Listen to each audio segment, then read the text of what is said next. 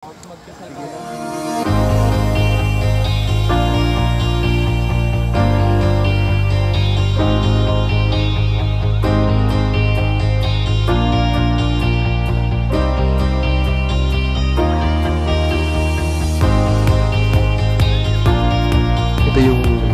time na nasa airport na ako.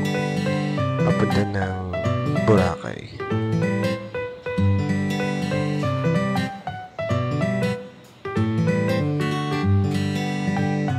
Ito naman yung time na departure na or ready na yung airplane namin para makalis na kami.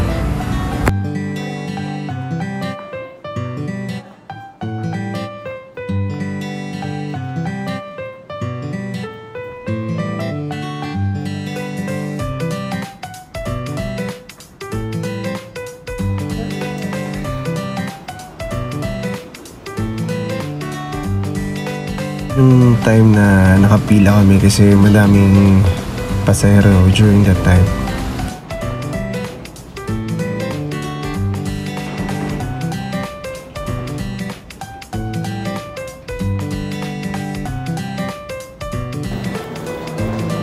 Hi guys, I'm from Yale.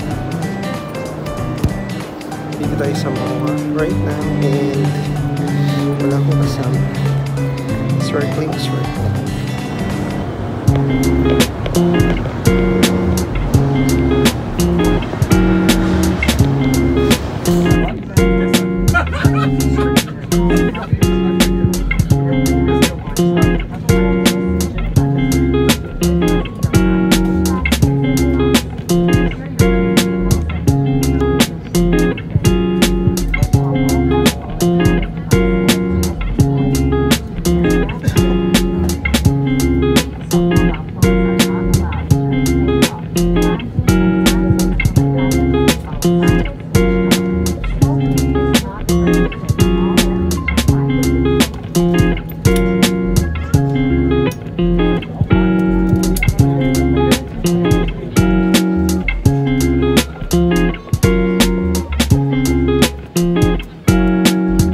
Ito yung time na nag-demo yung flight stewardess. Tama ba yung pronunciation? Parang tama naman siguro. Yan, so nasa harap ko talaga siya. Well, nag-demo siya ng safety procedure kung paano tayo maging ready for any kind of circumstances.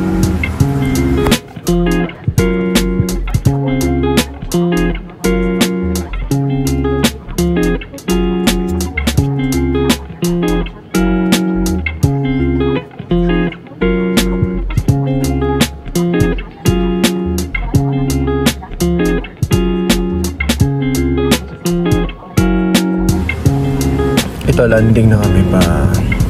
Ano ba ito? Nasa motor yata kami ito. Oo, tama. Para makapunta kami dun sa may sasakyan. Ayun na rin. Bangka. Oo, tama, bangka. Kasi sasakay pa tayo ng bangka papuntang Boracay Island. Kasi separate siya, so malayo-layo pa din yung lalakbayin.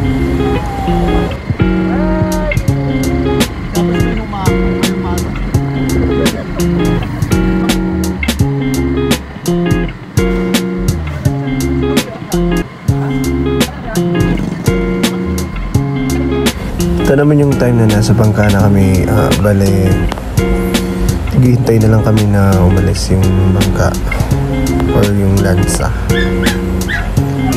papuntang Katiklan. Or ito naman yung part na naglalakad kami dun sa may Boracay na din, sa may Station 2 ay Station 3. Bale, ang daming turista, dami din talagang kainan dito sa Boracay.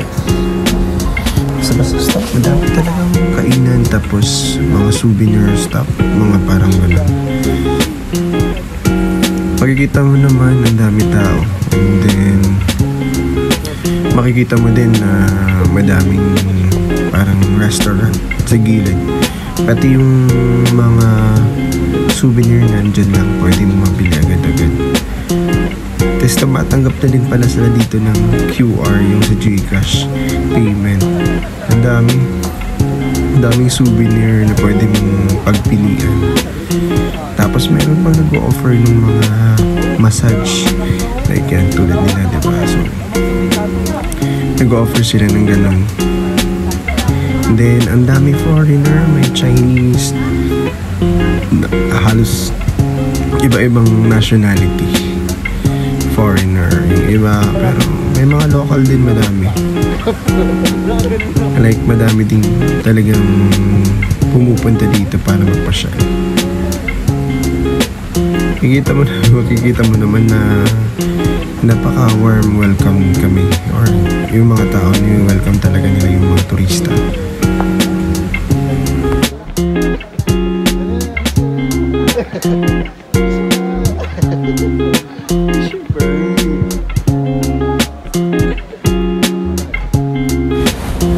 Ito yung kagandahan sa Boracay kasi tingnan mo yan, oh, hanap yung view. Tapos ito yung part na malawak talaga yung area. Tapos makikita mo yung mga tao. Ayan, ito naman yung time na around 5 yata ito eh. Dami tao sa beach. Ayan, makikita nyo yung lahat. Tapos napakaganda talaga ng view. And then look, tingnan nyo. Ayan, ayan.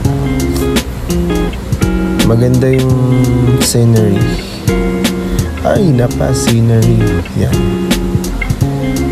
Ito yung part na yan, nai-enchant ako kasi napakaganda talaga. Then ito naman yung time na gabi na, siguro mga around 7. Ganyan. So ito na yung view niya pag around 7 PM, 6 or 7, ganun, nasa mga ganung oras. Kasi hindi naman ina-allowed kasi pag umabot na ng mga 9 yata, wala nang dapat nasa beach. Ito naman yung side na naglalakad kami. Tapos makikita nyo yung iba-ibang resort, yung hotel. Pero di kami din dyan nagstay kasi mahal masyado. Yeah. Pero napakaganda ng place. And then, to tell you honestly, kahit nandun lang at saka tinitingnan nyo yung place, napakaganda talaga. Ang dami nyo pwedeng pasyalan, especially pag gabi. May mga events silang ginagawa, like katulad nito. Ito hindi masyadong klaro at saka may problema kasi yung pagkuha ng cam nito, pero it's really nice kasi parang meron silang event every night. Like nagkakantahan sila. Nasa highway lang yun. Oo. Today after, ito naman yung morning view. Morning na to, so may mga plano kami. Yan, nagpo-footage, ang tawag mo? Nagka-pictorial. Mukha ako ng mga clips dito. Ito yung side ng Boracay na kalmado masyado, wala masyado tao. And then the same thing is yun, nag-i-enjoy ka lang sa view. Maaga pa kasi ito, anong oras pa to? Ito naglalakad kami kasi may pupuntahan kami. May ang tawag nun, meron kayong island hopping. So pupasyal kami, parang ilang beach yung pupuntahan namin. So tingnan nyo, ang ganda nung ito naman yung part na ito naman yung time na naghihintay kami kasi yun, diba, mag-island hopping kami. So ito yung time na naghihintay pa kami. Dami din nakahintay nyo, no? Ayan, ito na yung part na nakasakay na kami. Tapos ito yung view the whole time na nakasakay sa bangka. Yan, makikita nyo napakalawak nung Boracay Island. Ito yung time na ano ba to? Saan na ba to punta? Ito yung part na Papunta kami sa isang isla. Dami kaming madadaanan nito. Napakaganda ng mga lugar kasi. Then the same thing is, nag-enjoy kami, lakas ng hangin. Then, napakaganda ng panahon nun. Napakainit.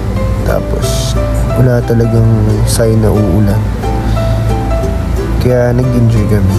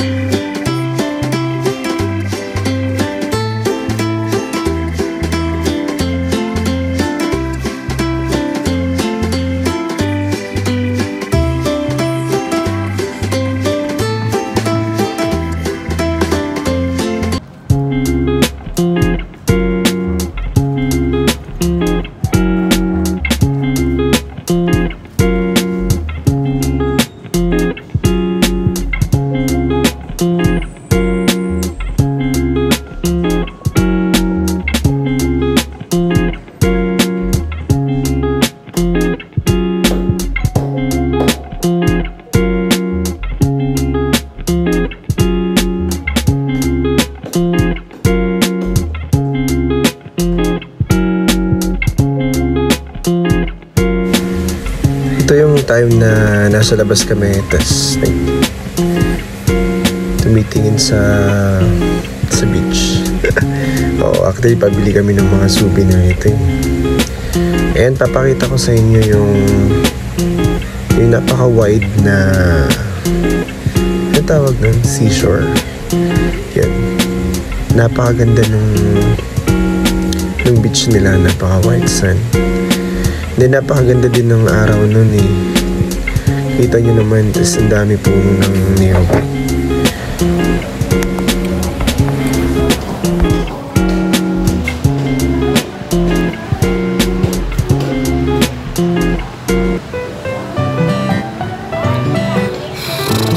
Init.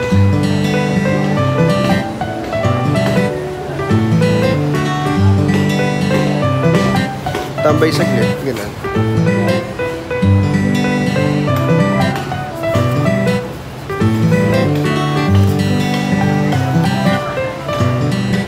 Enjoy naman dito kasi nadami tao talaga. And then nadami foreigner all over the area siguro. Marami kainan.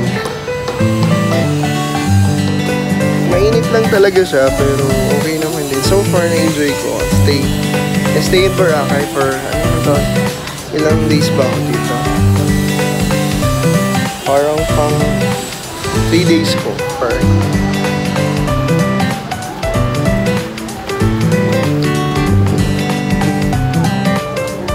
Wala nang mata ang mukha ko. Mamaya magbibideo ulit ako.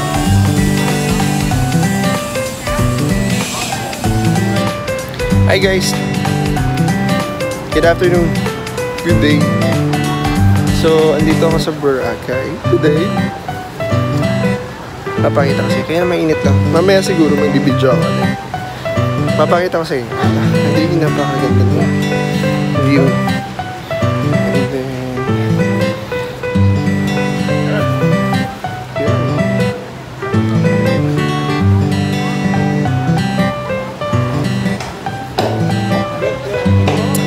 maganda dito.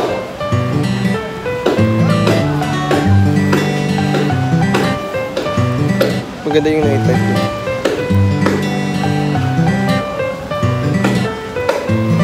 Din mga bilihan din ng mga souvenir and everything.